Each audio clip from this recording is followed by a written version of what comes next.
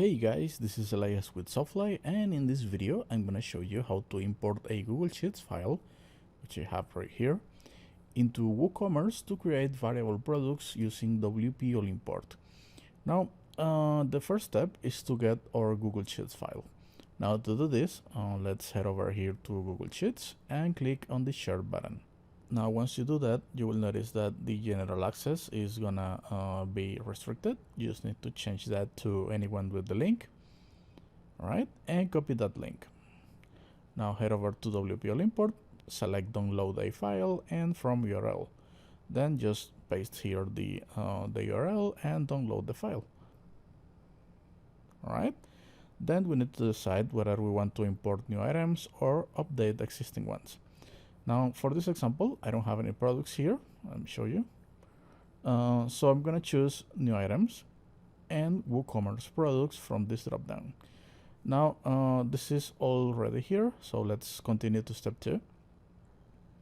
And here in step 2, we just need to check that WP All Import is detecting all of the rows in our file and that all of the columns are being detected correctly. Now you will notice that WP All Import is placing here on the left panel the column names. Let me show you real quick. So we have the ID, parent ID, and well, all of the other columns we're going to use. And we have here on this left panel the same columns. So this is good. The number of rows is fine too. So let's just continue to step 3. Alright, and here in step 3, we just need to drag and drop the element from this right panel into the appropriate import fields. Now, you're not limited to use any specific element in a specific import file or whatever. Just drag and drop the elements to wherever you want them to go. For example, we have here this name element. Just click on it, drag and drop it in whatever field you want to drop it. Now I want this name element to be the title, so I just drop it there. Now for the description, I have this content element, just drop it there, and the short description is this element right here. Alright, so this was easy. Now we just need to keep doing that and building our product. Now you will notice that this is very similar to when you're creating a product in WooCommerce. We have here the title, the description, the short description, and if we open the WooCommerce Add-On tab, you will see the different tabs in WooCommerce. Let me show you this real quick. If we click here on Create Product, we have the title, the description, the product data, and the short description. And it's very similar to this. Now let's do as if we were creating a product manually in WooCommerce and populate all of this data. Now the first thing we're gonna do is to select variable products from this dropdown, because remember we're importing WooCommerce variable products. Now once you do that, the variations tab will be enabled, and we just need to drag and drop the elements like I said before. Now let's do that with the SKU. Alright, the regular price and the sell price. Now you will notice that in this file I don't have any regular or sell price, and this is because this is a parent product.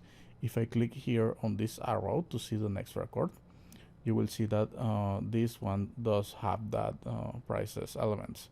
The other thing that changes is the parent ID and the ID.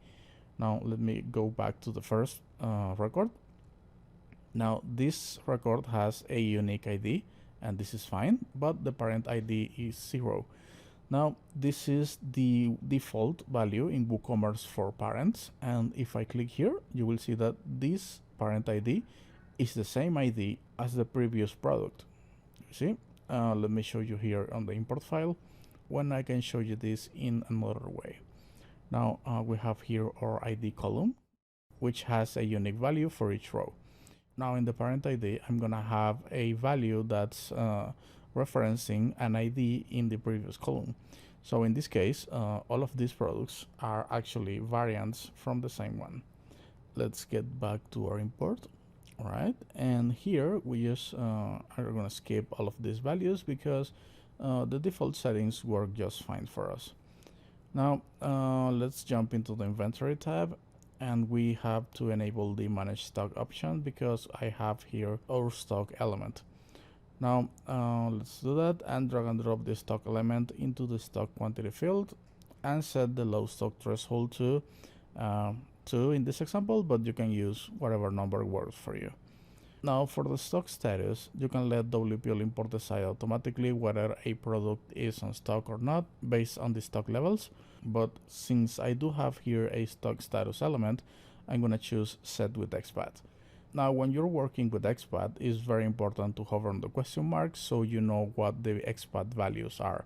Now for the stock status is in stock, out of stock, and on back order. Now, since those are the values I'm using here on the Google Sheets file, it's right here. We can see here the out of stock and in stock elements. Well, that will work for us. So I'm just gonna drag and drop the value like so. And WPL import will be able to understand this and assign the right status to our products. Now, these settings, I'm gonna leave them as they are too. The shipping and link products tab, I'm gonna just skip it because I don't have any of that information here on the import file. Now for the attributes, we have here color and size. So let's add those. All right, and drag and drop the values. All right, now here we don't need to do anything else. You can also open up here the advanced tab and you will be able to use XPath and whatnot. In this example, I'm gonna just leave them as they are and jump into the variations tab. Now this variations tab is where the magic actually happens for variations. So we just need to read very carefully all of these titles and choose the scenario that resembles the most to the file structure we're using. Now let's open this up. This one says all variations for a particular product have the same title as the parent product. Now you will see here a example image. Just need to basically go here to your import file and try to understand if this is the file structure you're using. Now in this case, this seems to be the case. We have here the same title for all of these variations. We have here the parent product and the variations. They all have the same name, so that's cool. But we have this option right here too that says all my variable products have an SKU or another unique identifier. Each variation is linked to its parent with its parent SKU or other unique identifier. Now, like I said before, it's very important to read these titles carefully because even though we don't have any SKU and parent SKU elements here on this Google Sheets file, we do have an ID and parent ID elements. So in this case, we could actually import this file in one of two ways. We could use the first option or we could use this third one.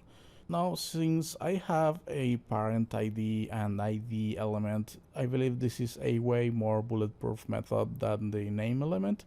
It doesn't mean that it will fail or something, but I choose to. It just means that I'm gonna choose this one. So let's drag and drop the elements. I'm gonna drag and drop the IDs here and the parent ID here. That's cool. So with this, WPL import will understand how are our variations linked in the product file.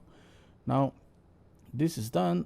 We have here these settings, which I'm gonna leave as they are by default too. And with that, I believe we're ready with the WooCommerce Add-On tab. We have everything set up in the General tab. We have the SKU, regular price, and sell price. These settings are good as they are. The Inventory tab, we do have now. We have the stock management enabled and the stock quantity placed in. Then we have the stock status with the XPath, and that will work too, so that's fine. These settings, I'm going to leave them as they are. Shipping and link products are going to be skipped. Then the attributes are fine too.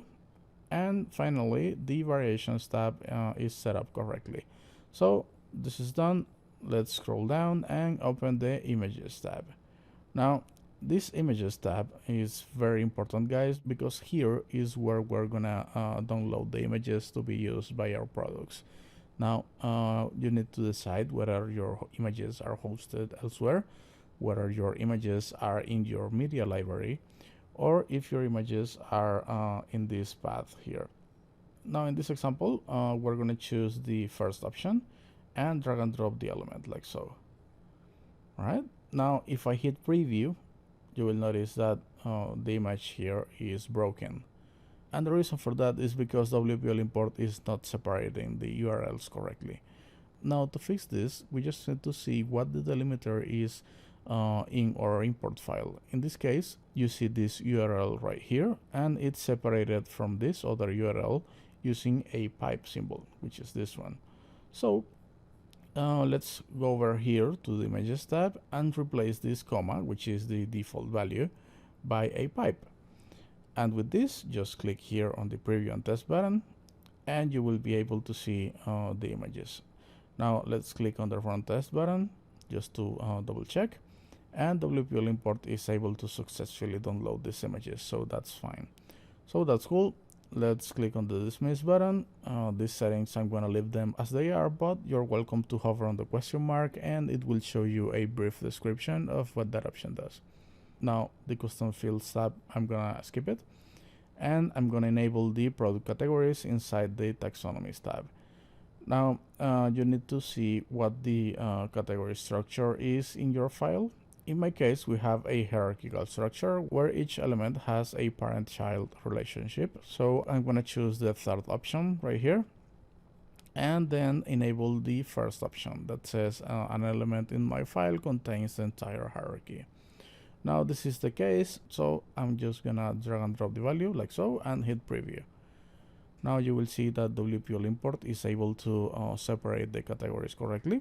We have here clothing, men, tops, and jackets. So this is great. Let's scroll down a little bit. The other product options are going to be skipped entirely because this is just standard WordPress stuff like post status, post dates, comments, the post look, the author, and we'll just work with the default values for this.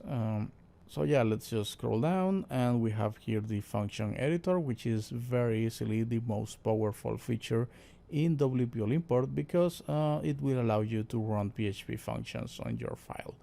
Now guys, if you know PHP, now you can get pretty crazy and do whatever you want with your data, but you know, it's not required, just so you know that this is a feature that exists.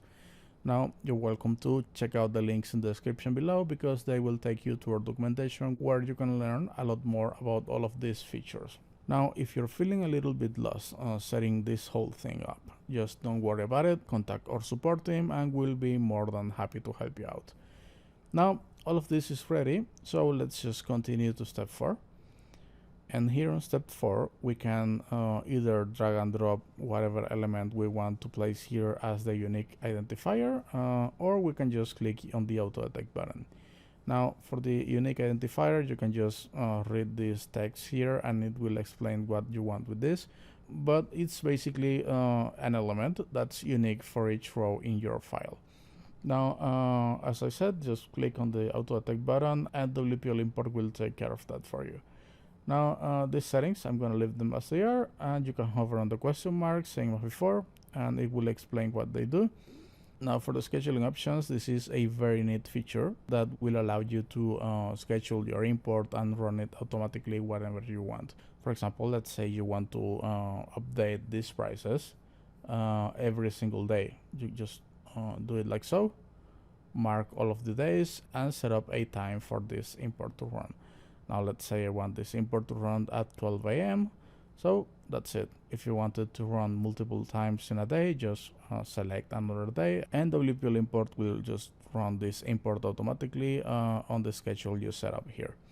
Now you can also do this manually with cron jobs, but this is a little bit more advanced. You're welcome to click here on this link, and it will get you to the documentation on cron jobs. Now, as I said before, guys, this is our documentation. You're just welcome to browse through it, and it will solve most of your questions. But if you still have questions after that, as I said before, just contact our support team and we'll help you out. Now, for this example, we're not going to use the scheduling options, so I'm just going to select here, do not schedule, and close this option right here. Now, let's continue and run our import. Now this is gonna take a minute or two, so I'm just gonna pause the video here and come back when it's ready. Alright, that didn't take too long, so let's see if the products came in okay. All right, so that seems to be the case. We have 178 products. That's fine. This is the number of products we expected. We can see here that some of these products are in stock, some of them are not. Now let's head over here to the front end where we have this beautiful website, and all of the products seem fine. Let's open this one up and see what's going on here. Cool, so we have the image, the title, the prices are fine, the short description, we have here a bunch of variations, the SKU, the categories, we have the description, and here we have the attributes. Now let's select one of the variations. You can see that the SKU changes and the image too. Let's just select another color. You can see here is blue, green, and gray. Now this is working very good. Let's see how this product looks in the edit product page. All right, we have the title, the description, the images, the category tree is looking fine. Now we have the stock management, the quantity, the low stock threshold. Now we have here the different variations. Each variation has its own image, its own SKU, regular price, sell price, stock quantity. So yeah guys, this is looking real nice. We have here our attributes. As you can see, they are taxonomies, and the settings here are fine too. So yeah guys, there you have it. This is how you import WooCommerce Variable Products using a Google Sheets file and WPL import.